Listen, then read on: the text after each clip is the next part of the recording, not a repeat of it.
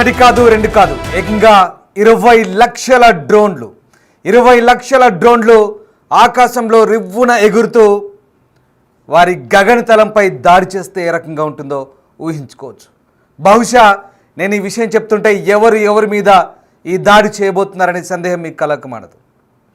చిన్నపాటి డ్రోన్లతో రష్యాను ఉక్కిరిబిక్కిరి చేసి స్పైడర్ వెబ్ దాడితో రష్యాను గడగడలాడించిన ఉక్రెయిన్పై ఇప్పుడు రష్యా ప్రతీకార దాడులకు తెగబడే అవకాశం కనిపిస్తుంది. ప్రధానంగా 20 లక్షల డ్రోన్లను ఉత్పత్తి చేయడం ద్వారా రష్యా ఈ భీకర యుద్ధానికి తెరలేపబోతోంది. ముఖ్యంగా ఉక్రెయిన్కు మరొక 1,00,000 డ్రోన్ల సహాయం చేస్తామంటూ బ్రిటన్ ప్రకటించిన నేపథ్యంలో ఇక రష్యా కూడా ఏమాత్రం తీసిపోకుండా స్కెచ్ వేస్తోంది. ఉక్రెయిన్పై భారీ దాడులకు సన్నద్ధమవుతోంది. ఏకంగా 20 లక్షల డ్రోన్లను రూపొందించేందుకు రష్యా సిద్ధమవుతున్నట్టుగా తెలుస్తోంది. 2024లో 1 మిలియన్ డ్రోన్లను ఉక్రెయిన్ ఉత్పత్తి చేసింది. అలాగే ఇతర పశ్చిమ దేశాల సహాయం కూడా తీసుకుంటుంది. ఇప్పుడు రష్యా అంతకు మించే చేయాలని భావిస్తోంది. అదే పనిలో భాగంగా రష్యా కూడా ధీటైన జవాబు చెప్పే అవకాశం కనిపిస్తోంది. హై ఇంపాక్ట్ డ్రోన్ దాడి తర్వాత రష్యా తేరుకుంది. వెంటనే ఉక్రెయిన్పై భారీ దాడులకు సిద్ధమవుతుంది. ఇప్పటికే ఉక్రెయిన్ రష్యా మధ్య భీకర యుద్ధం కొనసాగుతుంది. ఉక్రెయిన్పై డ్రోన్లు మిసైల్స్తో రష్యా దాడులు కొనసాగిస్తుంది. వరుస దాడులతో ఉక్రెయిన్ వణికిపోతుంది. ఓవైపు యుద్ధం చేస్తూనే భారీగా ఆయుధాలు సిద్ధం చేస్తుంది రష్యా. 20 లక్షల హై టెక్నాలజీ డ్రోన్లను కూడా ఉత్పత్తి చేయాలని నిర్ణయించుకున్నట్టుగా తెలుస్తుంది. రష్యా చర్యను ఉక్రెయిన్ నిఘా సంస్థ బయటపెట్టింది.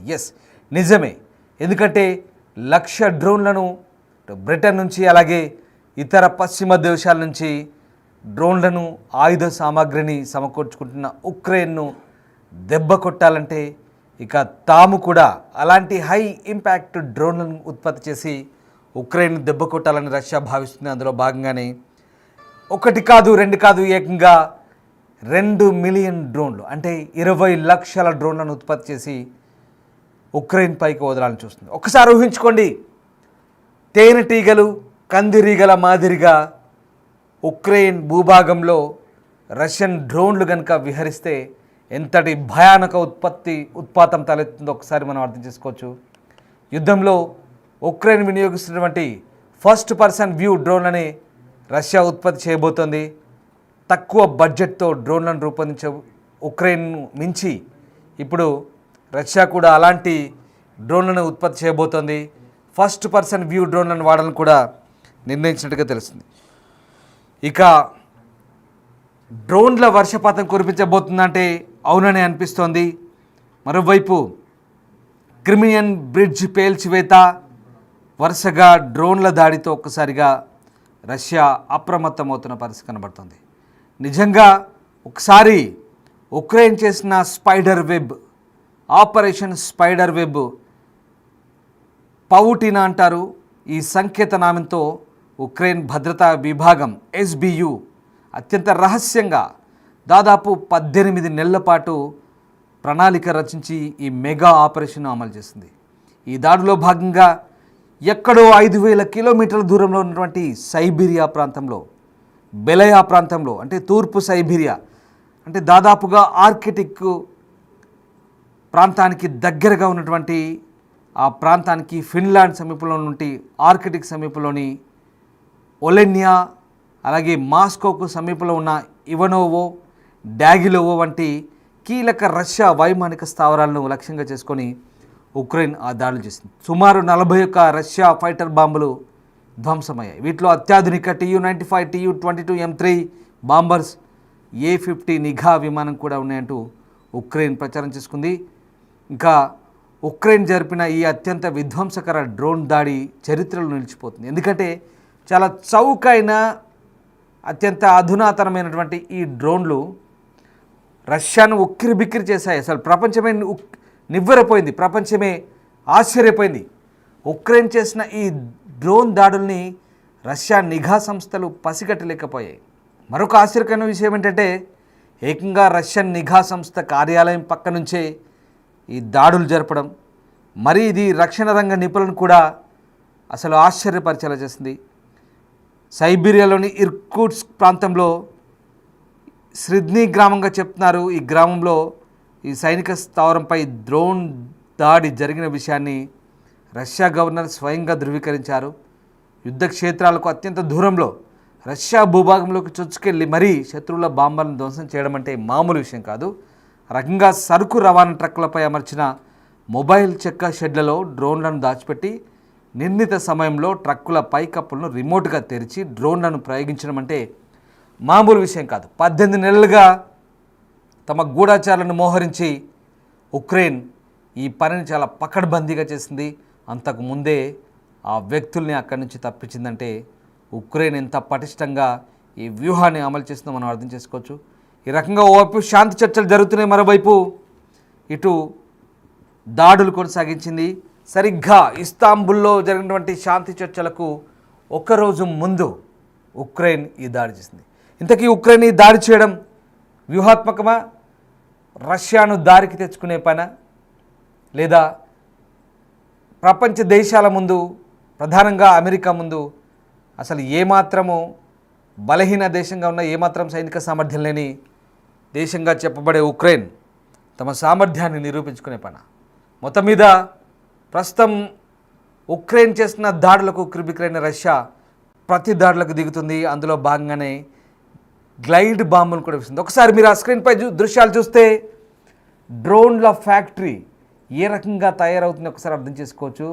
డ్రోన్లు ఏ రకంగా తయారు చేస్తున్నారు. యుద్ధతంత్రం మారిపోయింది. ఒకప్పట్లాగా ఫిరంగులు గండ్లు పట్టుకొని యుద్ధ భూమిలో పరస్పరం తలపడే పరిస్థితి లేదు.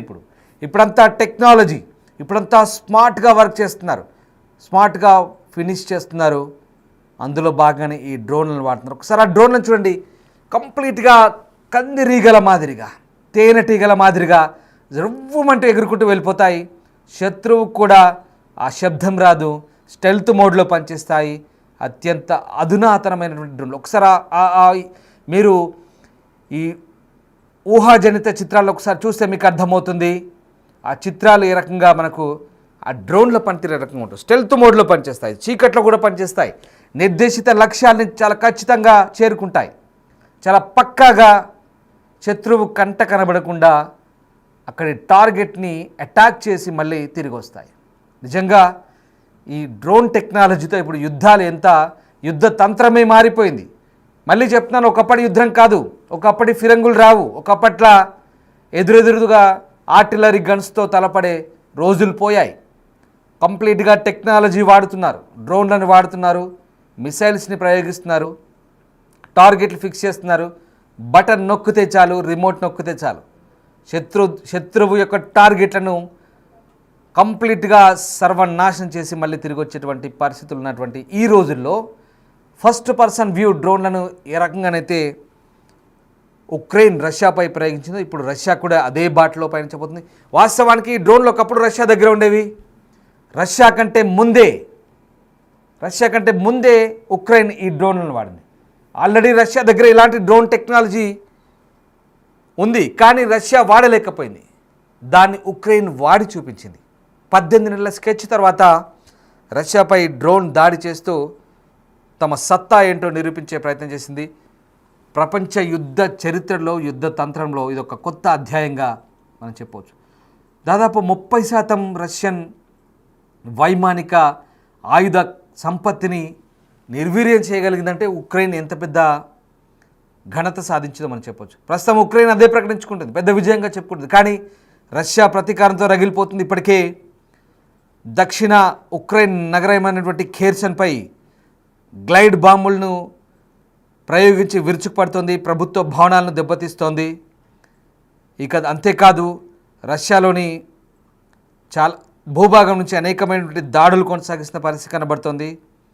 ఇప్పటికే డొనాల్డ్ ట్రంప్ రష్యన్ అధ్యక్షుడితో మాట్లాడినప్పుడు చాలా ఖచ్చితంగా చెప్పారు, రష్యా అంతటా సైనిక స్థావరాలపై ఉక్రెయిన్ ఏ రకంగానైతే దాడులు చేసిందో ఆ దాడులకు ప్రతీకారం తీర్చుకుంటామంటూ క్రెమ్లిన్ చెప్తోంది.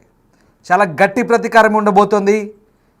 ట్రంప్ పుతిన్ మధ్య దాదాపు 75 నిమిషాల పాటు జరిగిన ఫోన్ సంభాషణలో పుతిన్ అమెరికా అధ్యక్షుడితో చాలా ఖచ్చితంగా చెప్పారు. ప్రతీకారంతో రగిలిపోయారు. ఖచ్చితమైన దాడులు ఉంటాయి, మీరు వేచి చూడండి అంటూ చెప్పారు. దీంతో వెంటనే ట్రంప్ కూడా ఇమీడియట్గా తన సోషల్ మీడియా ఖాతాలో స్పందించారు. భయంకరమైన దాడులకు రష్యా సిద్ధమవుతుంది, ఇక కాచుకోండి అంటూ ఆయన చెప్పకనే చెప్పారు. ఎందుకంటే ఇద్దరి మధ్య జరిగిన ఫోన్ సంభాషణ, పుతిన్ ఎంత సీరియస్గా ట్రంప్తో మాట్లాడారో దీన్ని బట్టి మనకు అర్థమవుతుంది. చాలా క్లియర్గా ట్రంప్తో చాలా కఠినంగా చెప్పారు. ఇక ఉక్రెయిన్ కాచుకోవాల్సి ఉందంటూ ఆ ఫోన్లో చాలా గట్టిగానే చెప్పినట్టుగా తెలుస్తుంది. మొత్తం మీద ఈ ట్రంప్ చెప్తున్న దాన్ని బట్టి ఖచ్చితంగా రష్యన్ దళాలు భయంకరమైన ప్రతీకార దాడులకైతే సిద్ధమవుతున్నట్టుగా మనకు అర్థమవుతుంది. ఈ నేపథ్యంలోనే ఇక ఏదైతే డ్రోన్లతో దెబ్బతీశారో ఆ డ్రోన్లని ఇప్పుడు వాడి మళ్ళీ భయంకరమైన దాడులకైతే సిద్ధమవుతున్నట్టుగా తెలుస్తుంది. ఇక ఇప్పటికే రష్యన్ డ్రోన్లు, మిసైల్స్ విరుచుకుపడుతున్నాయి చాలా ప్రాంతాల్లో. డోనెట్స్ కావచ్చు, ఖార్కివ్ కావచ్చు, ఒడెస్సా కావచ్చు, డిప్రో కావచ్చు, ఖేర్సన్ కావచ్చు, ఇలా అనేక ఉక్రెయిన్ ప్రాంతాల్లో దాదాపుగా వందలాది డ్రోన్లను, బాలిస్టిక్ క్షిపణులను ప్రయోగిస్తున్నట్టుగా అటు ఉక్రెయిన్ అధ్యక్షుడు జెలెన్స్కీ కూడా చెప్తున్నారు. మొత్తం మీద జూన్ 1న నిర్వహించిన ఆపరేషన్ స్పైడర్స్ వెబ్ అనేది రష్యాలోని తన సైనిక మౌలిక సదుపాయాలు లక్ష్యంగా చేసుకొని ఉక్రెయిన్ ఎంతటి రిస్క్ డ్రోన్ దాడి చేసిందో ఇప్పుడు ఆ రకంగానే రష్యా కూడా దాడులకు, వ్యూహాత్మక దాడులకు సిద్ధమవుతున్నట్టుగా తెలుస్తుంది. సో మొత్తం మీద ఎక్కడో సైబీరియా ప్రాంతంలో ఉన్నటువంటి రష్యన్ భూభాగంపై ఉక్రెయిన్ ఏ రకంగానైతే దాడి చేసిందో ఇప్పుడు అదే వ్యూహాన్ని, అదే యుద్ధ తంత్రాన్ని రష్యా వాడబోతోంది. ప్రధానంగా ఉక్రెయిన్ భూభాగంలోకి వాస్తవానికి రష్యాతో పోలిస్తే ఉక్రెయిన్ ఏమాత్రము సరిపోదు. రష్యన్ సైనిక బలగం ముందు, సైనిక సామర్థ్యం ముందు ఏ రకంగా ఉక్రెయిన్ అసలు సమవుజ్జి కాదు. కానీ కొన్ని పశ్చిమ దేశాలు, ముఖ్యంగా నాటో సభ్య దేశాలు, అమెరికాతో సహా 2022 ఫిబ్రవరిలో ప్రారంభమైన ఈ యుద్ధాన్ని ఇప్పటి వరకు నడిపిస్తున్నాయి. అసలు నార్త్ అట్లాంటిక్ అలయన్స్, నాటోగా చెప్పబడే ఈ 32 సభ్య దేశాలు ఏర్పడ్డాయే సోవియట్ యూనియన్కు వ్యతిరేకంగా, రష్యాకు వ్యతిరేకంగా ఏర్పడి కంప్లీట్గా రష్యాకు వ్యతిరేకంగా పనిచేసేందుకే ఇప్పుడు పనిచేస్తున్నాయి, ఉక్రెయిన్కు మద్దతు ఇస్తున్నాయి. ప్రస్తుతం ఈ యుద్ధాన్ని నాటో దేశాలు దగ్గరుండి మరీ నడిపిస్తున్నాయంటే అవునని అనిపిస్తుంది. ఉక్రెయిన్కు పూర్తి స్థాయి సైనిక సహకారాన్ని అందిస్తూ ఈ నాటో దేశాలే రష్యాపై యుద్ధాన్ని నడిపిస్తున్నాయనడంలో ఎలాంటి సందేహం లేదు. ప్రస్తుతం ఎక్స్పర్ట్స్ కూడా అదే చెప్తున్న పరిస్థితి కనబడుతోంది. ఈ నేపథ్యంలోనే తాజా దాడులు, రష్యా చేయబోయే మరిన్ని దాడులకు సిద్ధమవ్వాలంటూ ఉక్రెయిన్ హెచ్చరిస్తున్న పరిస్థితి. పుతిన్తో కూడా అదే చెప్పారు ట్రంప్తో అదే చెప్పారు పుతిన్. ఇక భీకర దాడులుంటాయి, ప్రతీకార దాడులుంటాయి, సిద్ధంగా ఉండాలంటూ ఉక్రెయిన్ చెప్తున్న పరిస్థితి కనబడుతుంది. దీన్ని బట్టి రాబోయే రోజుల్లో ఎలాంటి ప్రతీకార దాడులు ఉంటాయి ఒకసారి మనం అర్థం చేసుకోవచ్చు. యుద్ధం ప్రారంభంలోనే 3 ఏళ్ల క్రితం యుద్ధం ప్రారంభమైనప్పుడు దాదాపు కీవ్, ఉక్రెయిన్ రాజధాని కీవ్ వరకు చొచ్చుకొని పోయి తిరిగి వెనక్కి వచ్చినటువంటి రష్యన్ బలగాలకు ఇప్పుడు ఇది పెద్ద విషయమేం కాదు. ఇప్పటికే దాదాపు 1000 కిలోమీటర్ల భూభాగంలోకి చొచ్చుకు వెళ్ళిపోయాయి ఉక్రెయిన్లోకి. ఇప్పుడు రష్యా కనుక ప్రతీకార దాడులకు తెగబడితే ఎంత భయంకరంగా ఉంటుందో ఒకసారి అర్థం చేసుకోవచ్చు. ఒకసారి మీరు ఊహించుకోండి, లక్షలాది డ్రోన్లు అలా రివ్వున తేనెటీగల మాదిరి ఉక్రెయిన్ భూభాగంలో కనుక అటాక్ చేస్తే ఏ రకంగా ఉంటుందో ఒకసారి మనం ఇంగ్లీష్ సినిమా మాదిరిగా, ఒకసారి ఆ దృశ్యాలు చూడండి. ఇది ప్రతీకార ఊహా చిత్రాలు, ఇవి ప్రతీకారాత్మక ఊహా చిత్రాలు. ఏ రకంగా ఉంటుందో ఒక హాలీవుడ్ సినిమా మాదిరిగా భయంకరమైన దాడులకు కనుక ఉంటే కనుక, చేస్తే కనుక నిజంగా ఇది యుద్ధ తంత్రంలో, యుద్ధ చరిత్రలో సరికొత్త అధ్యాయం అని చెప్పాలి. ఏదేమైనా ఇది ఒక వినాశనకరమైన పరిస్థితులకు దారితీస్తుంది తప్ప శాంతికి మాత్రం ఏ రకంగా దోహదపడదు. ఈ అంశాన్ని వ్యూవర్స్కి ఖచ్చితంగా చెప్పదలుచుకున్నాం. మీరు చూస్తున్నాయని కూడా డిస్టర్బింగ్ విజువల్ చూస్తున్నారు బిగ్ టీవీ స్క్రీన్పై. మరొకసారి ఇలాంటి యుద్ధ తంత్రానికి సంబంధించినటువంటి విధ్వంసకర దృశ్యాలు చూపించడం ద్వారా కేవలం అక్కడ జరుగుతున్నటువంటి పరిస్థితుల్ని, అక్కడ ఉన్నటువంటి సిచ్యువేషన్ని మీకు అప్రమత్తత కోసం, అవగాహన కోసం మాత్రమే చెప్పే ప్రయత్నం మాత్రమే చేస్తుంది బిగ్ టీవీ. ఇలాంటి వార్తల్ని, ఇలాంటి దృశ్యాలను చూపించడం ద్వారా మిమ్మల్ని ఆ అంశాలపై అవగాహన కోసం మాత్రమే ఈ పూర్తి స్థాయి సమాచారాన్ని మీకు చెప్పే ప్రయత్నం చేస్తుంది బిగ్ టీవీ. రైట్, మొత్తం మీద ఉక్రెయిన్ వ్యూహాలకు ప్రతి వ్యూహాలుగా రష్యా రచిస్తున్నటువంటి డ్రోన్ దాడులు ఏ రకంగా ఉంటాయో ఒకసారి మనం అర్థం చేసుకోవచ్చు. ప్రస్తుతానికైతే భయంకరమైన దాడులు చేస్తుంది, అవసరమైతే న్యూక్లియర్ వార్ కూడా వెనకాడమంటూ రష్యా చెప్తున్న నేపథ్యంలో ఓవైపు శాంతి చర్చలు, మరోవైపు యుద్ధం ఎలాంటి పరిస్థితులకు దారితీయబోతుంది, భవిష్యత్తులో రష్యా ఉక్రెయిన్ మధ్య ఎలాంటి పరిస్థితులు చోటు చేసుకుంటాయని మాత్రం ఉత్కంఠ రేపుతోంది.